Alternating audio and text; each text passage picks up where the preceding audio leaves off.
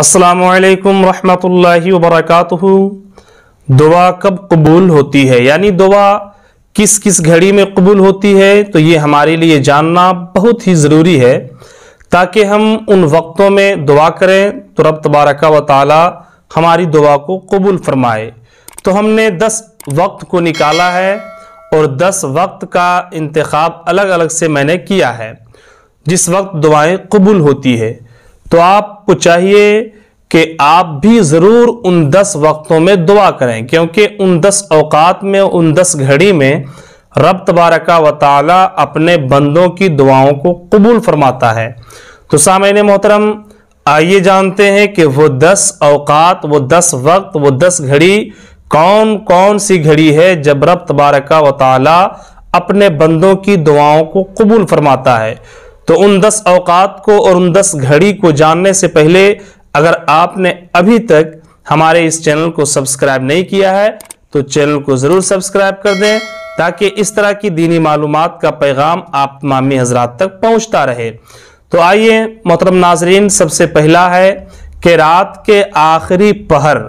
यानी वो सहर का वक्त जो होता है, रात का पिछला पहर, उस वक्त रब तबारक व तआला बंदों की दुआओं को कबूल फरमाता है, क्योंकि वो वक्त जो है बड़ा सुहाना और बड़ा अच्छा वक्त हुआ करता है, क्योंकि उसी वक्त रब तबारक व तआला की रहमत आसमाने दुनिया पे आकर के अपने बंदों से निदा करता है कि है कोई मेरा बंदा जो मुझसे मांगे मैं उसे दूंगा, है कोई रिज्क मांगने वाला कि मैं उसे अता करूं, है कोई तौबा करने वाला कि मैं उसकी तौबा को कबूल फरमाऊं, है कोई कुछ मांगने वाला कि मैं उसे अता करूं। यानी उस वक्त जो है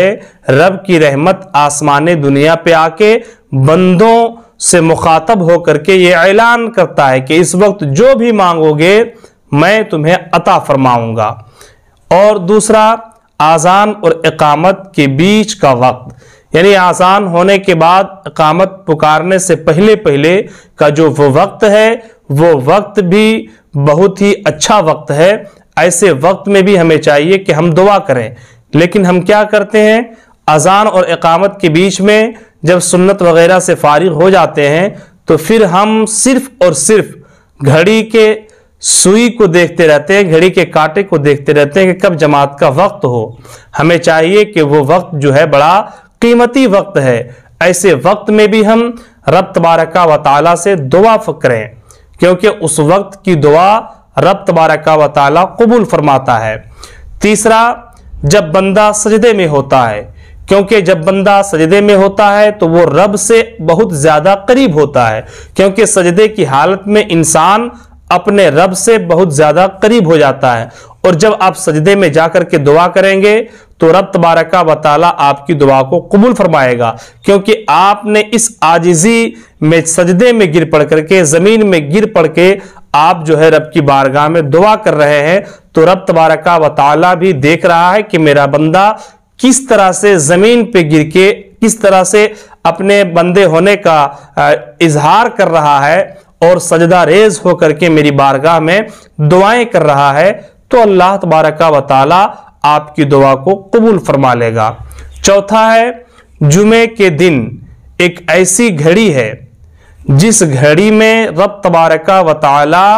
अपने बंदों की दुआओं को कबूल फरमाता है। लेकिन वो कौन सा घड़ी है, तो बाज़ रिवायतों में आया है कि वो जो है असर और मगरिब के बीच का जो वक्त है, यानी असर और मगरिब के दरमियान का जो वो वक्त है, उस वक्त रब तबारक व तआला अपने बंदों की दुआओं को कबूल फरमाता है। लेकिन बाज़ रिवायत में ये भी आया है और बाज़ दूसरी जगहों में ये भी लिखा हुआ है कि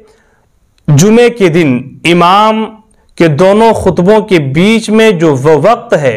उस वक्त की दुआएं रब तबारक व तआला कबूल फरमाता है। यानी पहला खुतबा देने के बाद दूसरा खुतबा शुरू होने से पहले का जो वो वक्त है, उस वक्त भी रब तबारक व तआला दुआएं कबूल फरमाता है। रिवायात मुख्तलिफ है, लेकिन बहरहाल हमें चाहिए कि हम उन औकात में भी दुआ करें। और पांचवा, जंग के मैदान में जब मुसलमान काफिरों के नरगे में फंस गया हो, उस वक्त अगर सजदे में जा करके اپنے رب سے دعائیں کرتا ہے تو رب تبارک و تعالی اس وقت کی دعا قبول فرماتا ہے اور اس وقت جو ہے بندوں کی دعائیں قبول ہوتی ہے۔ اس لیے جب ہم کبھی ایسے مومنٹ میں ہو اور ایسے حالات ہم پر آ جائے تو ہمیں چاہیے کہ ہم اس وقت بھی رب کی بارگاہ میں دعا کریں۔ اور چھٹی جو گھڑی ہے جس وقت دعائیں قبول ہوتی ہے وہ یہ ہے کہ جب بارش ہوتی ہے، یعنی بارش جب ہو اس وقت اللہ کی رحمتوں کا نزول ہوتا ہے، اللہ کی رحمت اترتی ہے، تو ہمیں چاہیے کہ ہم اس گھڑی میں بھی جب بارش ہو رہی ہو ہمیں چاہیے کہ ہم اس وقت بھی رب کی بارگاہ میں دعائیں کریں۔ اللہ رب العزت ہماری دعاؤں کو اس وقت بھی قبول فرماتا ہے۔ اور ساتویں، عرفہ کے دن یعنی 9ویں ذی الحجہ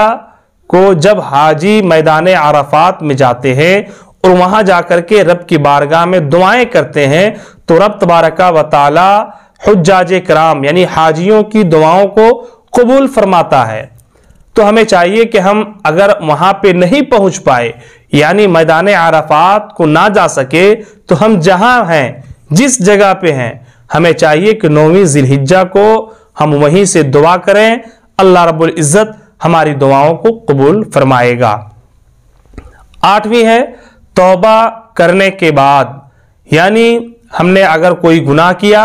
اور گناہ کرنے کے بعد فوراً اگر ہم نے توبہ کر لیا، توبہ کرنے کے بعد اگر ہم دعا کرتے ہیں تو اللہ رب العزت ہماری توبہ کو بھی قبول فرماتا ہے اور دعاؤں کو بھی قبول فرماتا ہے۔ اس لیے اگر کوئی گناہ ہو جائے آپ سے ہم سے تو ہمیں چاہیے کہ فوراً رب کی بارگاہ میں توبہ کریں اور دعا کریں تو اللہ رب العزت توبہ کے ساتھ ساتھ دعا کو بھی قبول فرما لیتا ہے۔ 9واں ہے زمزم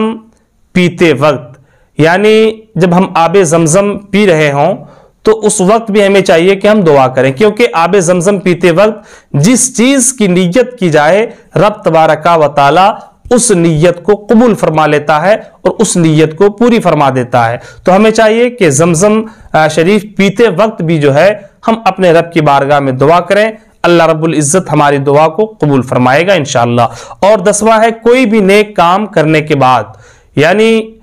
ان 10 گھڑیوں میں سے سب سے آخری جو ہے وہ یہ ہے کہ ہم جب کوئی نیک کام کریں، جیسے کسی کو ہم نے صدقہ دیا، صدقہ دینے کے بعد ہم رب کی بارگاہ میں دعا کریں، اللہ رب العزت ہماری دعا کو قبول فرما لے گا۔ یا کوئی اور دیگر نیک کام، مثلا نماز پڑھ لیا ہم نے، نماز پڑھنے کے بعد ہم دعا کریں تو رب تبارک و تعالی اس وقت کی بھی دعاؤں کو قبول فرما لے گا۔ ایسے ہی نیک کام، چاہے جو بھی نیک کام ہو جس سے آپ کا دل یہ کہے کہ ہم نے یہ اچھا کام کیا، ہم نے یہ نیک کام کیا، ہم نے یہ جو ہے بہت بھلائی والا کام کیا، تو اگر آپ کو لگے کہ ہم نے نیک کام کیا تو فوراً اس کے بعد آپ دعا کریں، رب تبارک و تعالی اس وقت کی دعا کو قبول فرما لیتا ہے۔ اس کے علاوہ بھی بہت سارے اوقات ہیں، بہت ساری گھڑیاں ہیں جس وقت رب تبارک و تعالی بندوں کی دعاؤں کو قبول فرماتا ہے۔ میں نے یہ 10 اوقات کا انتخاب کیا، چھانٹ کر کے میں نے آپ کے سامنے پیش کیا۔ محترم سامعین، آپ سے ایک گزارش ہے